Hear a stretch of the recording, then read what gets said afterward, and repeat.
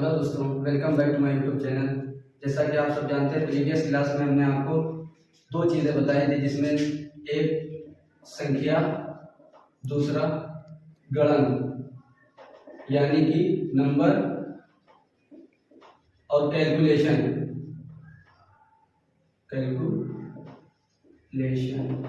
जिसमें से हमने नंबर आपको पढ़ाए थे।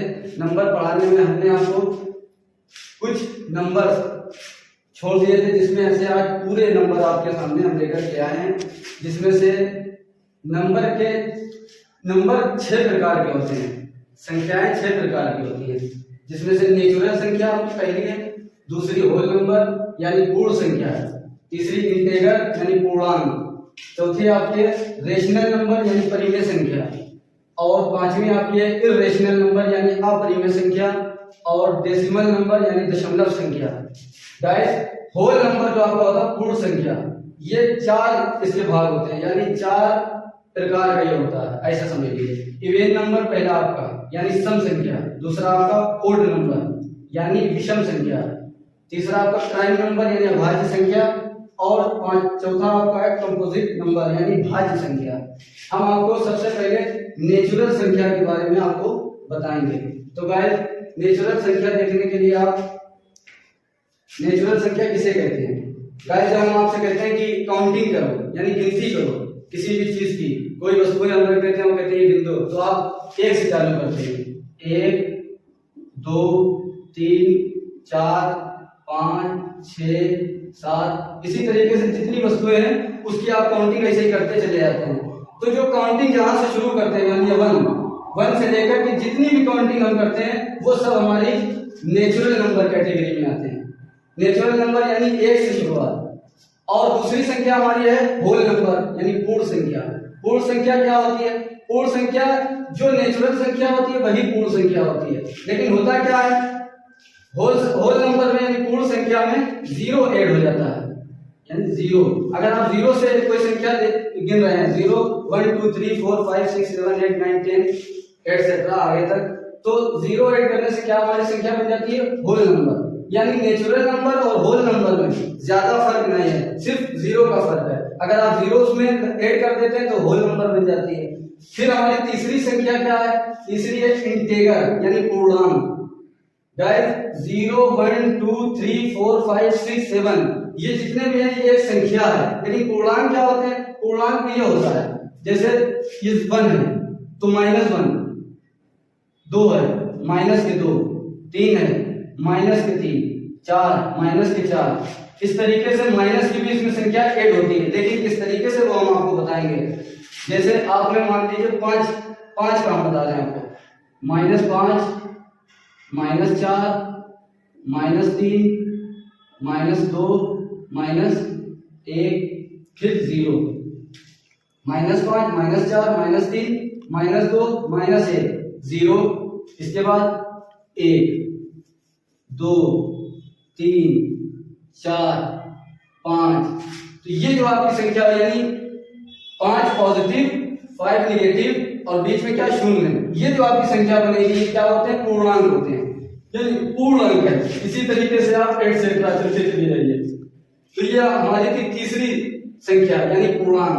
चौथी हमारी क्या है? Rational number. रेशनल नंबर आप जानते हैं, रेशनल नंबर यानी परिमेय संख्या। परिमेय संख्या का मतलब क्या होता है? परिमेय संख्या का यानी नेचुरल संख्या का अनुपात। नेचुरल संख्या का अनुपात, जैसे मान लीजिए 1 है और 1 के बटे हम 3 कर देंगे, 1/3, तो 1:3, ये हमारी होगी परिमेय संख्या। परिमेय संख्या, या इसको इस तरीके से कह सकते हैं P/Q रूप। P/Q क्या होता है? परिमेय संख्या। यानी एक नेचुरल संख्या के भाग में दूसरी नेचुरल कोई भी संख्या बस 0 नहीं हो सकता, तो उसमें क्या होता है? P/Q रूप। यानी P की जगह आप कुछ भी ले सकते हैं, 3 या 4 या 5, इसी तरीके से, और Q की जगह भी आप कुछ भी ले सकते हैं, 3 2 4। तो इसी तरीके से क्या हमारी संख्या बन जाएगी? 3/3 4/2 5/4, ये हमारी परिमेय संख्या। और अपरिमेय संख्या क्या होती है? जैसे कोई भी संख्या 3, 5, 7, 2, 3, 9, ये क्या है आपकी अपरिमेय संख्या है, यानी इनका ये रूप नहीं होता, p बटे q रूप नहीं होता। ये क्या होती, बस नेचुरल संख्या ही की तरह होती, लेकिन इनकी कोई तरतीब नहीं होती, यानी कोई ऐसे समझ लीजिए कोई क्रम नहीं होता, आरोही क्रम या अवरोही क्रम कुछ भी हो सकती है। तो ये हमारी क्या कहलाती है, अपरिमेय संख्या। अब आपकी छठी संख्या क्या है, डेसिमल नंबर, डेसिमल नंबर यानी दशमलव संख्या। देखें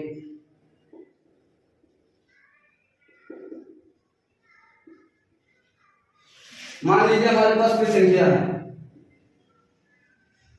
1, 2, 3, 4। अब 1, 2, 3, 4, 3 और 4 के बीच में भी कोई संख्या है, लेकिन और हम और आप काउंटिंग में नहीं ला पा रहे। उसके बीच में क्या, जैसे मान लीजिए 3.5, 3.5, 2 और 3 के बीच में 2.5, 2.5, ये आपकी हो जाएगी क्या, दशमलव संख्या। क्यों, क्योंकि डेसिमल बीच में लग रहा, पॉइंट। जब पॉइंट बीच में लग जाए उसके बाद कोई संख्या हो, जिस तरीके से 3.1, 2, 3, 4 कुछ भी पॉइंट के बाद कोई संख्या हो, वो आपकी कहलाएगी डेसिमल नंबर, यानी कि दशमलव संख्या। दशमलव संख्या आपकी हो गई। गाइस हमने आपको बताया था होल नंबर जो होते हैं वो 4 उसके कैटेगरी होती है, 4 भाग होते हैं। क्या हमने आपको बताया था होल नंबर में, एक बताया था even number, even number, even number होती सम संख्या, सम संख्या। गाइस सम संख्या वो संख्या होती है जिसका 2 से भाग चला जाए, जिस संख्या में 2 का भाग चला जाए वो सम संख्या कहलाती है। 2 का भाग जाने के बाद वो संख्या पूर्ण संख्या प्राप्त हो। जैसे कि मान लीजिए 4 के भाग 2 करें, 2 दूनी 4, तो 4 क्या होगी, सम संख्या होगी। अब आप कहेंगे 3 में भी 2 का भाग चला जाएगा, यानी 3/2, 3/2 करेंगे कितना है 1.5, लेकिन ये पूर्ण संख्या नहीं प्राप्त हो रही, यानी पॉइंट में आ रही है, यानी आधा। एक तो कंप्लीट नंबर है हमारे पास, दूसरा क्या आधा नंबर है, यानी कि 1.5, ये नहीं, पूरी संख्या प्राप्त होना चाहिए। जैसे 6/2, 2/3 6, 8/2, 2 चाकू 8, ये आपकी हो गई इवेन नंबर। तो ये 0 से आपकी स्टार्ट होती है, 0, 2, 4, 6, 8, 10, इस तरीके से कितनी भी चलती जाए आप 2 ऐड करते चले जाइए, यानी 10 में 2 ऐड कर दीजिए 12 हो जाएंगे, 12 में 2 ऐड कर दीजिए 14 हो जाएंगे। इस तरीके से जितनी संख्या आपकी बनेगी वो जो भी जहां तक आप चले जाएंगे वो इवेन नंबर आपका कहलाएगा। इसी तरीके से हमारा अगला है odd number, odd number, odd number, odd number को कहते हैं विषम संख्या, विषम संख्या। विषम संख्या का क्या होती है, किसी संख्या में 2 का भाग देने पर किसी भी संख्या में, ऐसे किसी भी संख्या में 2 का भाग देने पर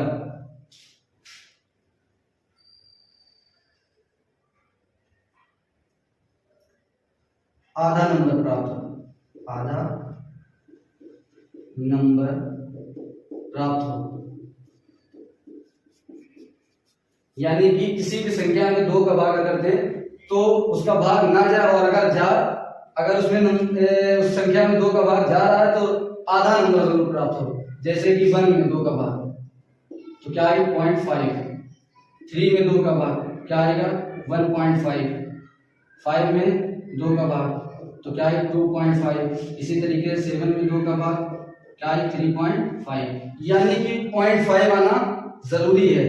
अगर वो ओड नंबर है तो आखिर में उसके 0.5 जरूर आएगा, यानी 3.5 या जो जितने भी आपके हो जाएंगे 0.5 आना है, वो आपकी क्या कहलाएगी ओड नंबर। ये कहां से 1, 3, 5, 7, 9 एटसेट्रा, इसी तरीके से आप इसमें भी 2 ऐड करते चले जाइए, जहां तक जाएंगे आपको विषम संख्या प्राप्त होती चली जाएगी। तीसरी हमारी संख्या है होल संख्या का पार्ट, प्राइम संख्या, प्राइम नंबर। प्राइम नंबर क्या होता है? प्राइम नंबर को हिंदी में हम कहते हैं अभाज्य संख्या। और अभाज्य संख्या को हम इस तरीके से समझेंगे, कोई भी संख्या या तो वो एक से विभाजित हो या वो स्वयं खुद से विभाजित हो, तो वो क्या होगी? Prime number. कोई भी संख्या या तो वो 1 से विभाजित हो या वो स्वयं खुद से विभाजित हो। जैसे 3 आप किसी भी संख्या से विभाजित नहीं कर पाएंगे और आपको पूर्ण संख्या नहीं प्राप्त होगी। तो 3 क्या है? स्वयं से विभाजित है या फिर खुद 3 से विभाजित है। तो 3 बटे अगर आप 1 करेंगे तो 3 आई, 3 बटे 3 करेंगे तो 3 एकम 3, 1 प्राप्त होगा। यानी ये 3 से विभाजित है या फिर 1 से विभाजित है।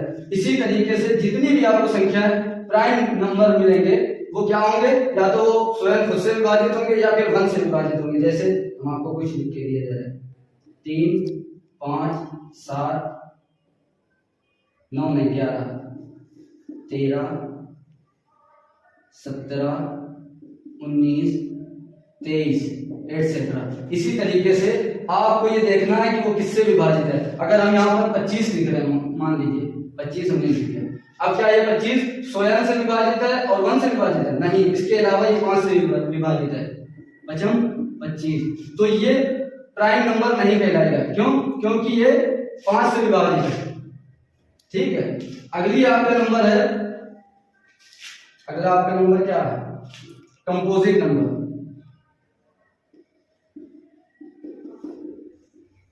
कंपोजिट नंबर, कंपोजिट नंबर क्या होता है? भाज्य संख्या। इसकी डिफिनेशन क्या होगी?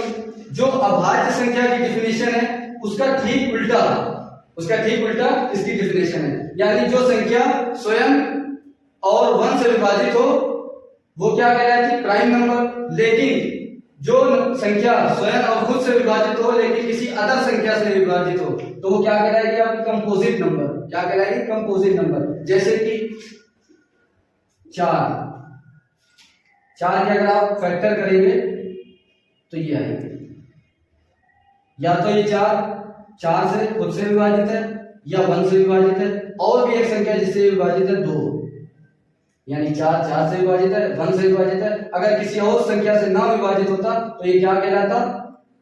अभाज्य संख्या। लेकिन ये भाज्य है क्योंकि किसी अदर नंबर से भी विभाजित है। इसी तरीके से आपकी 6 के क्या फैक्टर होंगे? एक तो 6, 1 या फिर 3, और एक फैक्टर 2 से होगा। 2 तिहाई 6, 3 दूनी 6, 6 एकम 6, 1 छंगा 6। यानी 2 अदर संख्याओं से ये और विभाजित है, तो आपके क्या कहलाएगा? कंपोजिट नंबर ये आपका कहलाएगा। तो ये आपके सारी संख्याएं यानी सारे नंबर जितने भी उसके प्रकार थे, जितने टाइप थे, हमने आपके सामने पेश कर दिए। अगले वीडियो में हम कैलकुलेशन के बारे में बात करेंगे, यानी गणन क्या होता है और कैलकुलेशन से नंबर का क्या मिलाप होता है और उससे कैसे मैथमेटिक्स हम सीख सकते हैं। तो गाइस, उम्मीद करता हूँ ये आपको वीडियो पसंद आई होगी, यूजफुल लगी होगी। Thank you.